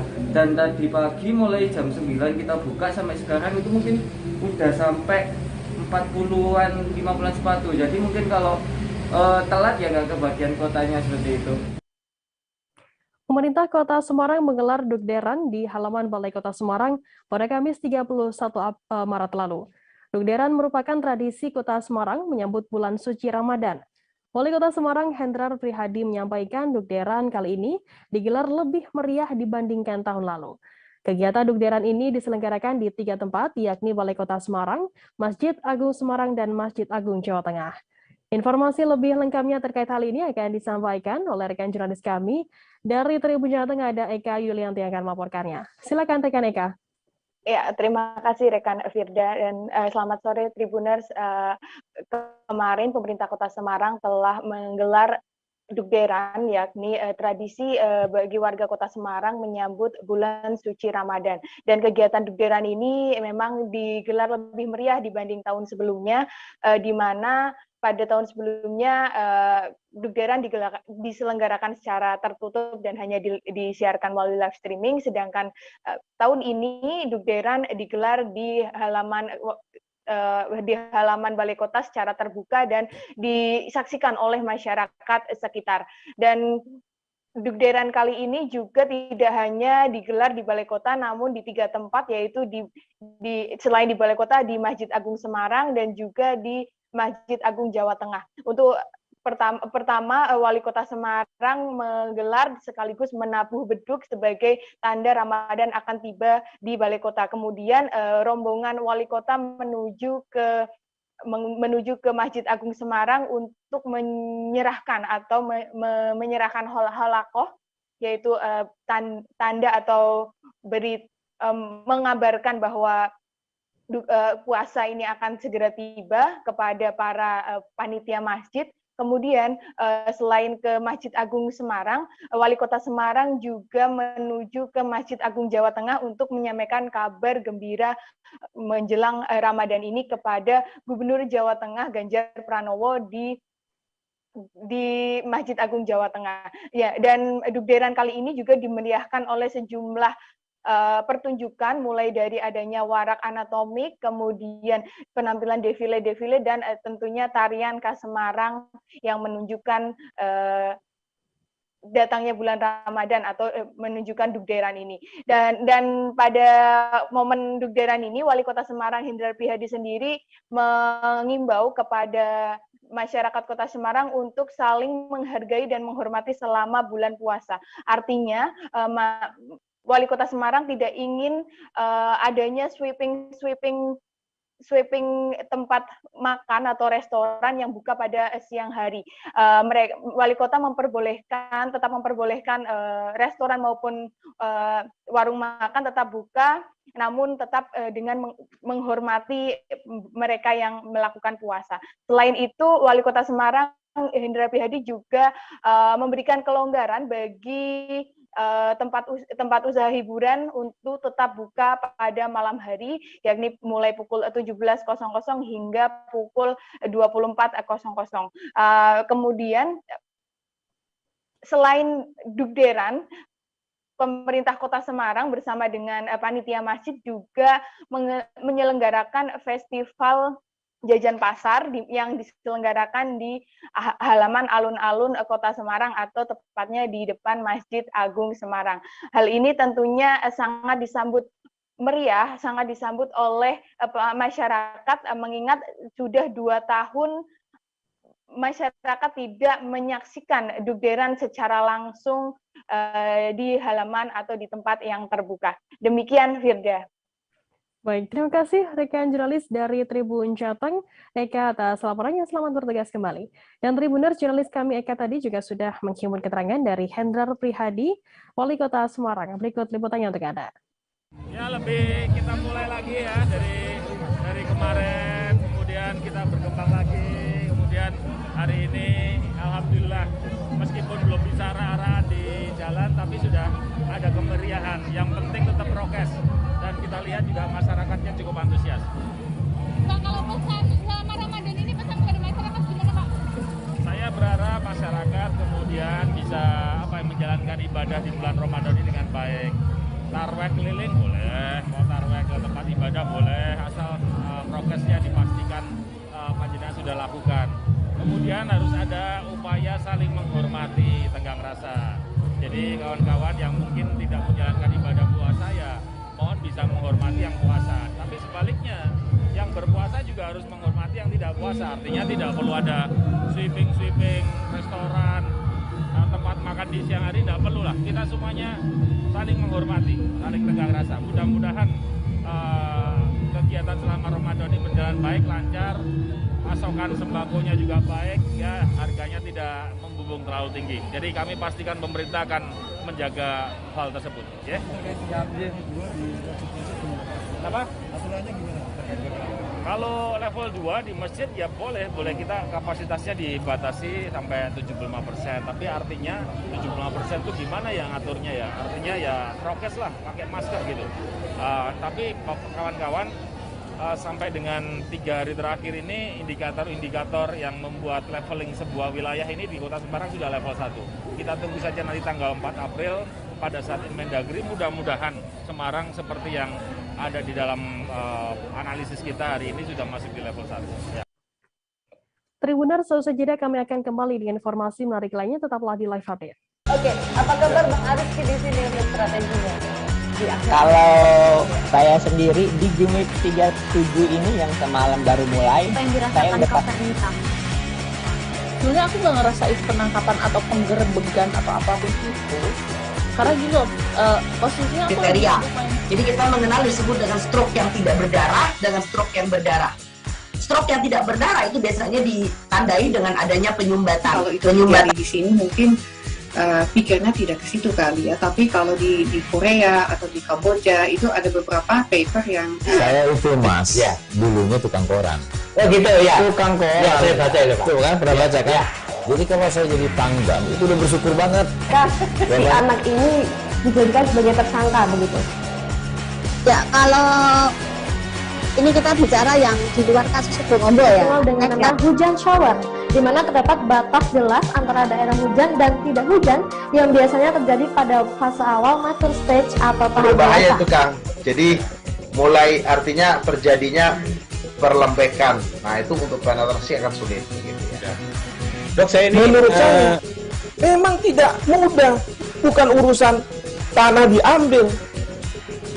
Kalau misalnya Amerika Serikat sekarang, Rasulullah mengatakan dalam sebuah hadis bahwa berpuasa di 6 hari Syawal itu.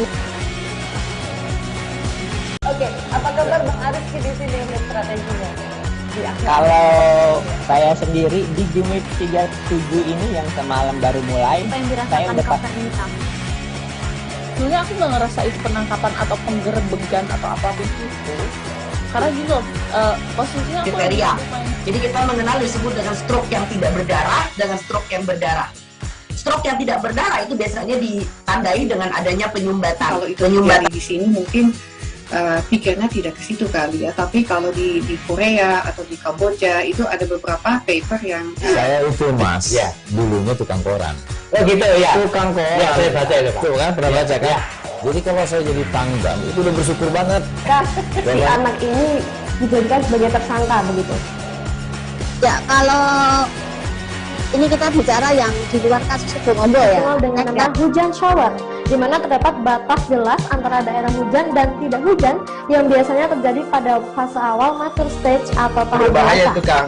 Jadi mulai artinya terjadinya perlembekan. Nah itu untuk penetrasi akan sulit. Gitu ya. Dok, saya ini menurut saya memang tidak mudah, bukan urusan tanah diambil.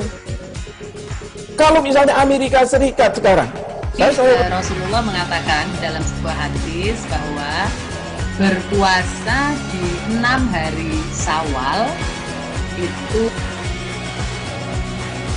Oke, apa kabar Bang Aris di sini untuk strateginya? Kalau saya sendiri di Jumit 37 ini yang semalam baru mulai, saya udah sebenarnya aku nggak ngerasain penangkapan atau penggerebegan atau apapun itu. Karena gini loh, posisinya aku kriteria. Jadi kita. Terima kasih Anda masih bersama kami di Live Update. Kita beralih ke informasi selanjutnya, Saudara. Sejumlah warga Kecamatan Bengkong, Kota Batam antusias membeli sembako murah di kawasan Litek Center Home. Walaupun hujan tak menyurutkan semangat warga Batam ini. Informasi lebih lengkapnya akan disampaikan oleh rekan jurnalis kami dari Tribun Batam, ada Roma Ulisyantur yang akan melaporkannya. Silakan rekan Roma.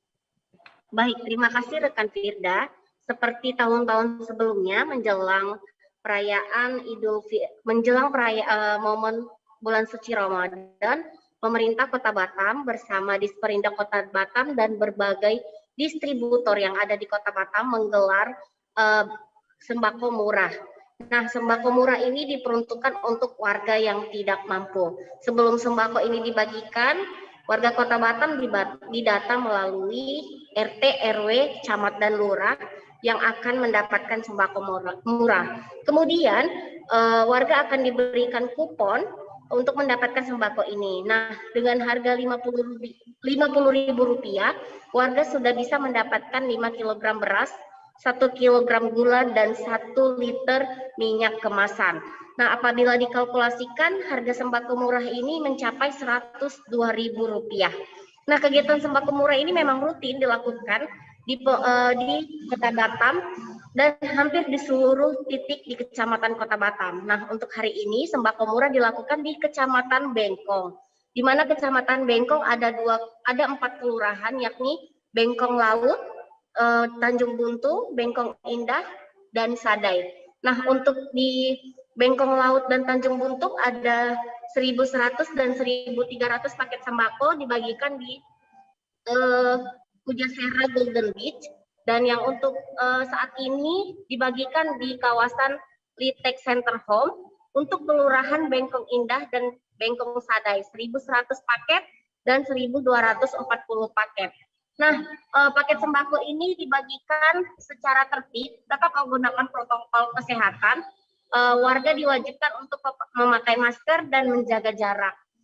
Dalam pembagiannya, pemerintah Kota Batam melibatkan berbagai tim keamanan seperti TNI Polri, Satpol PP, dan OPD teknis yang terkait. Begitu rekan Firda.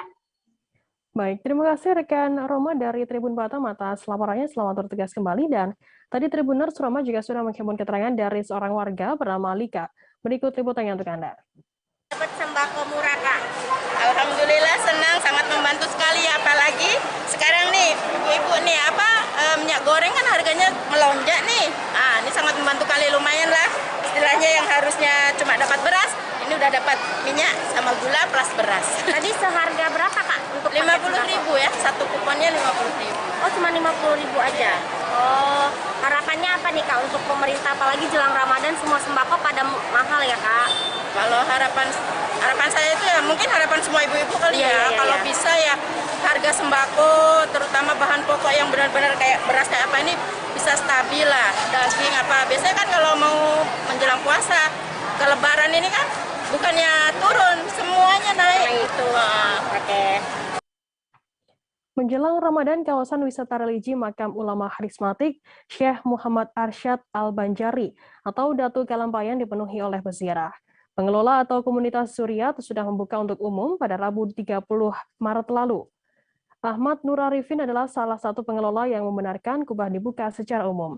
Ada konsekuensinya apabila Kubah dibuka atas rekomendasi Satgas Penanganan COVID-19. Informasi lebih lengkapnya terkait hal ini akan disampaikan oleh rekan jurnalis kami. Dari Banjarmasin Post ada Mukhtar Wahid yang akan melaporkannya. Silakan rekan Mukhtar. Terima kasih rekan Firda. Baik, kami laporkan ya pada pemirsa bahwa benar jelang Ramadan kawasan wisata religi Makam Datu Kalampayan Ulama Karismatik yang akan dijadikan oleh pemerintah provinsi Muhammad Al-Banjari atau Datu Kalampayan telah dibuka makamnya menjelang Ramadan, tepatnya tanggal 10 Maret 2022 sekitar pukul 8.00 kita oleh Satgas Penanganan COVID Kabupaten Banjar mengizinkan tersebut dibuka dengan beberapa syarat-syarat ya. Di antaranya pengelola tetap menerapkan protokol kesehatan. Begitu juga dengan, seperti yang di layar monitor ini adalah kawasan wisata religi.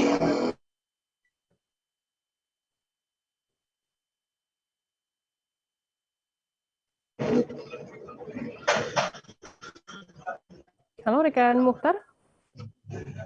Halo. Ya, silakan dilanjutkan rekan Mukhtar. caranya nih. Ya Firda. Ya, silakan dilanjutkan. Ya.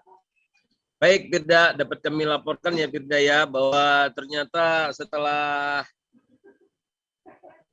Satgas Covid membolehkan, ada konsekuensi ya bagi penyelenggara kubah atau wisata untuk menerapkan protokol di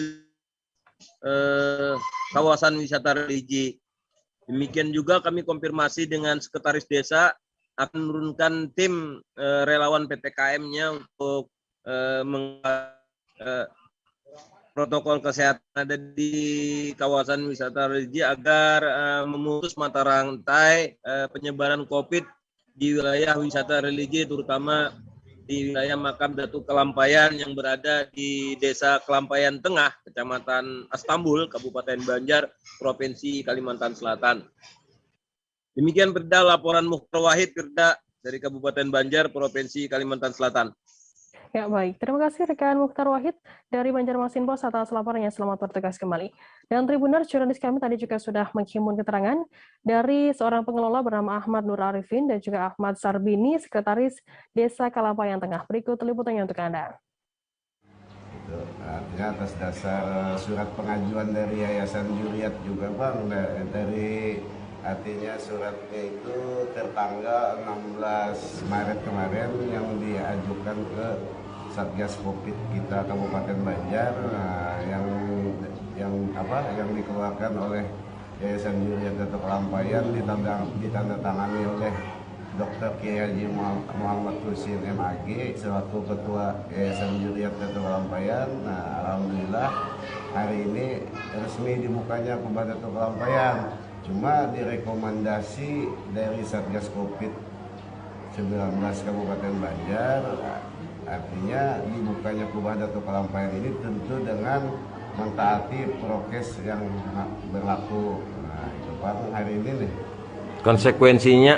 Ya, tetap artinya pertama wajib masker, kedua artinya jaga jarak, ketiga artinya cuci tangan apa sebagainya, mungkin itu wudhu pun sudah cukup aja, cuma artinya tetap diinikan juga. Terus lagi ada barcode aplikasi Peduli Lindunginya juga. Nah, jadi bagi pengunjung penjara ke sini kita ya tentu artinya harus vaksin apa sebagainya, ya tetap mentaati lah karena kita masih dalam keadaan suasana pandemi. Artinya memang tidak ada kelonggaran. Alhamdulillah Satgas Covid kita Kabupaten Banjar melewati Pak Bupati Kabupaten Banjar juga kan selaku bagian daripada Ketua Satuan Tugasnya Covid. Nah, terus dari kecamatan, dari unsur yang tua-tua, alim ulama, Ketua Yayasan Juriat juga, artinya sudah resmi lah dibukanya pada hari ini. Nah, mungkin kalau ada yang tambahkan. Baik, kami bersama Pak Ahmad Sarbini, Sekdes Pemerintah Desa Kelampayan Tengah. Kelampayan Tengah. Baik Pak, laporkan Pak. Kapan ini dibuka Pak? Alhamdulillah. Assalamualaikum warahmatullahi wabarakatuh. Waalaikumsalam. Dengan izin Allah Subhanahu Wa Taala, maka dari jam 8 pagi tadi kubah atau makam Datuk Syekh Muhammad Arsad Al-Banjari telah dibuka. Selama hampir 2 tahun kita menutup. Dari pihak yayasan bekerja sama dengan pemerintah Kabupaten Banjar. Yang betul Bang kayak Pak. Kemudian setelah dibuka apa upaya-upaya dan langkah-langkahnya, dan kan ada evaluasi nanti. Oh ya, terima kasih. Dari Satgas Covid. Kita dari pemerintahan desa nanti akan menurunkan rekan-rekan kerja pemerintahan desa, khususnya dari relawan PPKM. Relawan PPKM nanti kita insya Allah akan kita aktifkan kembali, khususnya yang berjaga nanti di pintu-pintu masuk. Untuk mengingatkanlah kepada peziarah. Ya. Ya dan pengelola ya lah, tertib. Ya. Jangan sampai ditutup, bos saya. Ngali kan Pak. Iya. Nanti kepada pengunjung penziarah nanti kita harus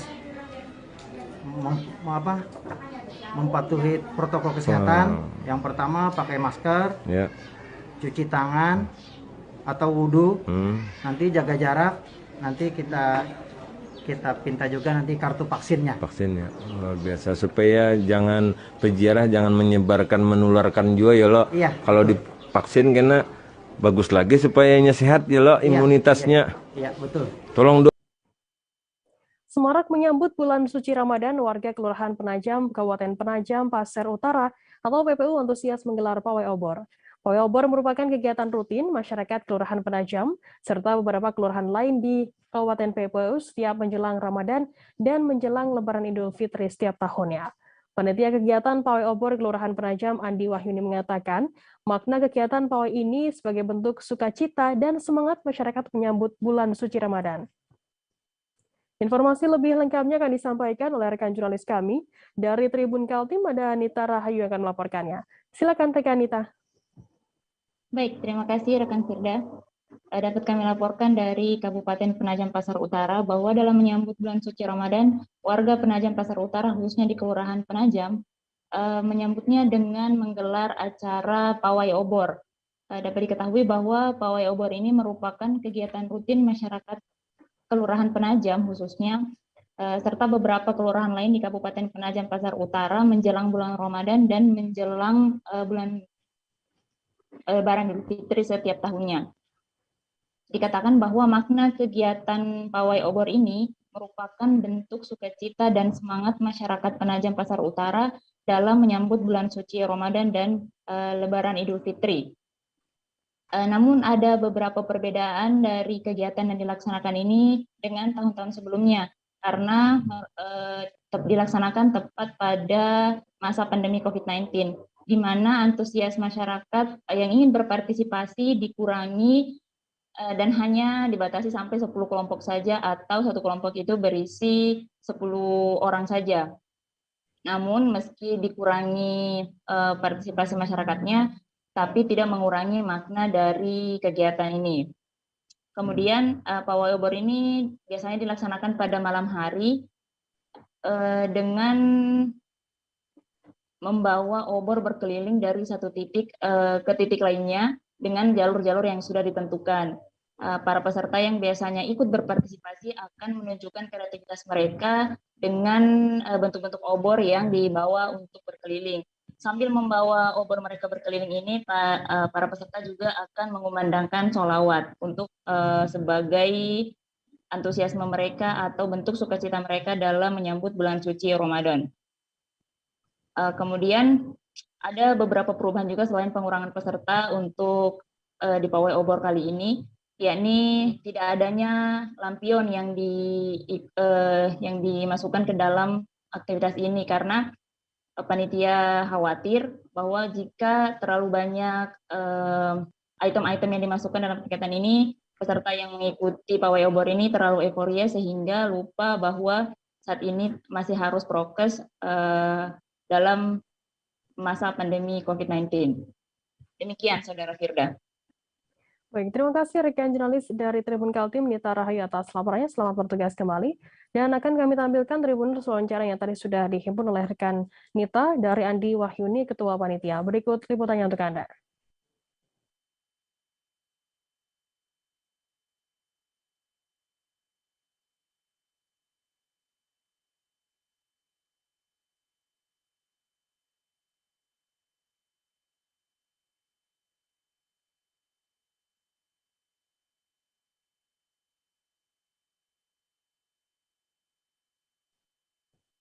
Sehari menjelang bulan suci Ramadan, harga daging sapi naik signifikan di pasar tradisional Kota Lubuk Linggau, Sumatera Selatan pada Senin 1 April.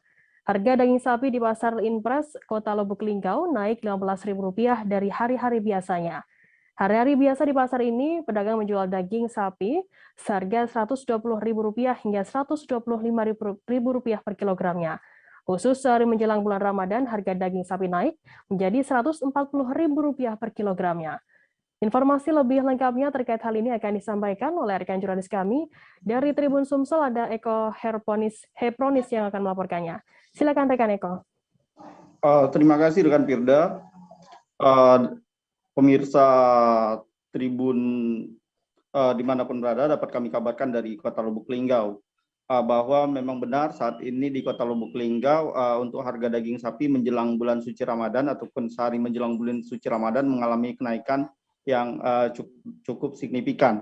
Bila hari-hari biasanya daging sapi di sejumlah pasar tradisional, maksud kami di Kota Lubuk Linggau pasarannya 120.000 sampai 125.000 per kilogram. Namun khusus menjelang bulan suci Ramadan kali ini terjadi kenaikan yang cukup signifikan, yakni di antara 140.000 per kilogram atau naik 15.000 per kilogramnya. Nah, pantauan kami salah satunya di pasar tradisional Kota Lubuk Linggau, tepatnya Pasar Impres, meskipun harga daging sapi ini mengalami kenaikan yang cukup signifikan daripada hari-hari biasanya, tidak menyurutkan ya animo masyarakat Kota Lubuk Linggau untuk berbelanja di tempat ini. Terpantau puluhan lapak-lapak pedagang yang biasanya hanya terisi beberapa jualan saja ataupun beberapa masyarakat yang berjualan daging sapi, namun khusus menjelang bulan suci Ramadan ini meningkat ya, hampir semua los-los yang semula kosong oleh para pedagang semuanya sekarang terisi ya. Bahkan ketika dikonfirmasi ke beberapa pedagang mengatakan bahwa bila hari-hari biasa mereka hanya memotong 1 ekor sampai 2 ekor sapi, namun menjelang bulan suci Ramadan kali ini mereka menjual 3 sampai 5 ekor sapi. Bahkan tadi pagi ataupun menjelang siang tadi ada salah satu pedagang mengatakan bahwa telah habis sekitar 4 atau 5 ekor sapi tersebut. Nah, salah satu pedagang mengatakan bahwa meskipun mengalami kenaikan, animo masyarakat juga tidak mengalami penurunan atau menyurutkan masyarakat untuk berbelanja. Terbukti kenaikan harga daging sapi ini masih cukup diminati oleh masyarakat. Nah, meskipun para pedagang mengaku untuk memperoleh sapi saat ini cukup sulit, karena sapi di Kota Lubuk Linggau berasal dari 2 tempat. Yang pertama adalah berasal dari Provinsi Lampung atau sapi impor, yang kedua adalah sapi lokal. Untuk khusus sapi impor sendiri, untuk harganya mengalami kenaikan yang cukup signifikan ya. Bila sebelumnya pedagang membeli 1 ekor sapi per kilonya dihargai sekitar 60.000 per kilogram, namun menjelang bulan suci Ramadan ini mengalami kenaikan sampai 70.000 per kilogram untuk ukuran sapi hidup. Sementara untuk ukuran sapi lokal sendiri, para pedagang mengaku kesulitan ya, karena banyak sekali permintaan pasar atau permintaan masyarakat lain sehingga para pedagang kesusahan mencari sapi. Itulah sebabnya harga daging sapi di Kota Lubuk Linggau mengalami kenaikan yang cukup signifikan. Meski demikian, antusias masyarakat juga terlihat masih cukup ramai, walaupun harga daging sapi sendiri di Kota Lubuk Linggau mengalami kenaikan. Dan informasi tadi dari para pedagang mengatakan bahwa kenaikan daging sapi ini sendiri akan bertahan sampai menjelang Lebaran nanti. Bahkan diprediksi walaupun biasanya di tengah-tengah bulan Ramadan, maksud kami, mengalami penurunan yang cukup signifikan, namun untuk tahun ini diprediksi akan stabil sampai menjelang Lebaran. Dalam artian harga 140.000 tersebut akan bertahan sampai Lebaran nanti. Mengingat kondisi harga dari sapi dan memperoleh sapi sendiri saat ini cukup sulit diakui oleh para pedagang. Demikian Firda, dapat kami laporkan dari Kota Lubuk Linggau. Baik, terima kasih rekan Eko dari Tribun Sumsel atas laporannya dari sana langsung. Akan kami tampilkan Tribuners wawancara yang tadi sudah diimpun oleh rekan jurnalis kami dari Minor, seorang pedagang. Berikut liputannya untuk Anda. Sekarang berapa? Daging 140 sekarang. Naik Pak ya? Iya. Sebelumnya berapa Pak? Sebelumnya di harga 120. Nah, sekarang 140 Pak ya? Naik sudah berapa lama Pak? Kalau naik sudah dalam 1 pekan ini jelang puasa tadi. Kalau untuk permintaan Pak? Permintaan memang meningkat. Hah? Kalau hari ini kita motong berapa Pak? Kalau ini sampai 5 ekor. 5 ekor Pak ya? Kemungkinan naik sampai kapan ini Pak? Sampai ke Lebaran mungkin sudah minimal sudah di 150. Oh, 140 ya? Bupati Manggarai Heribertus Nabit memimpin langsung penertiban Pasar Impres Ruteng pada Kamis 31 Maret sekira pukul 6 pagi. Bupati Heri mengungkapkan bahwa penertiban itu dilakukan menanggapi banyaknya keluhan masyarakat terkait kondisi pasar impres Ruteng yang kurang teratur. Di pasar impres sendiri, Bupati Heri meminta para pedagang untuk tidak berjualan di pinggir jalan dan segera pindah ke dalam area pasar agar tidak menyebabkan kemacetan jalur lalu lintas. Informasi lebih lengkapnya akan disampaikan oleh rekan jurnalis kami dari Tribun Flores, ada Charles Abar yang akan melaporkannya. Silakan rekan Charles.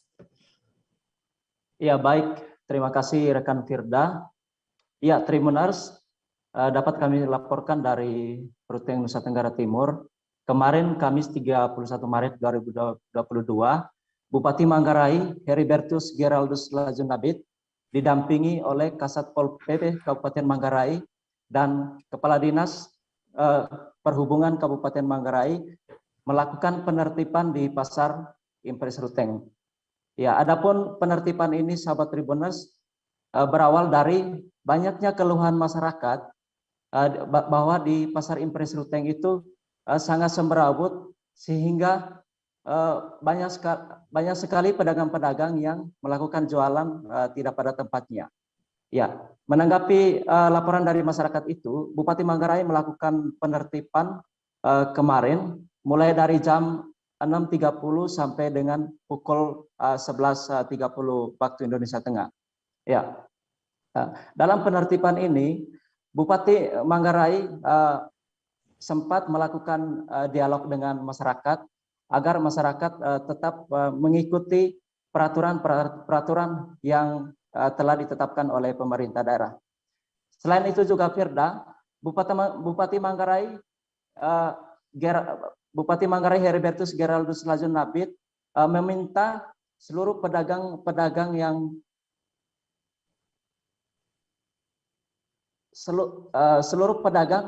yang melakukan penjualan di trotoar agar pindah ke dalam lokasi pasar yang telah disediakan oleh pemerintah setempat atau pemerintah Kabupaten Manggarai.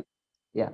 Namun menarik, pada saat melakukan penertiban kemarin, ada beberapa warga yang melakukan protes.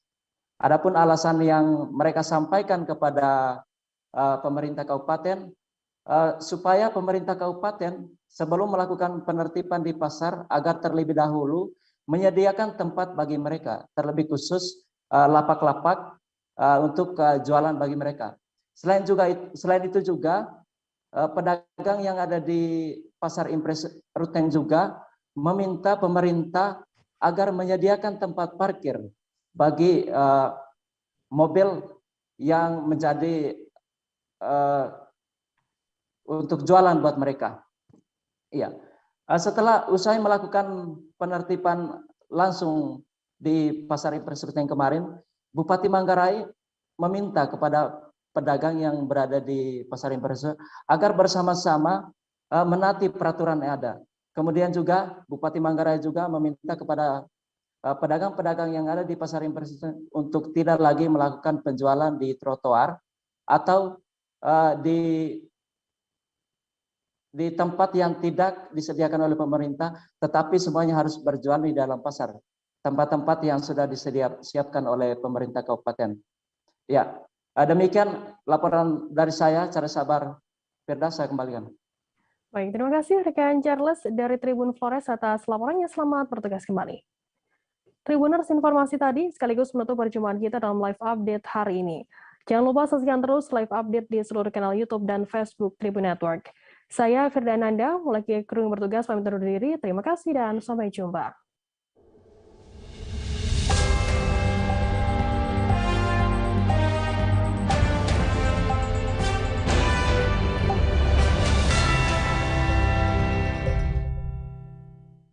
Jangan lupa like, subscribe, dan share ya!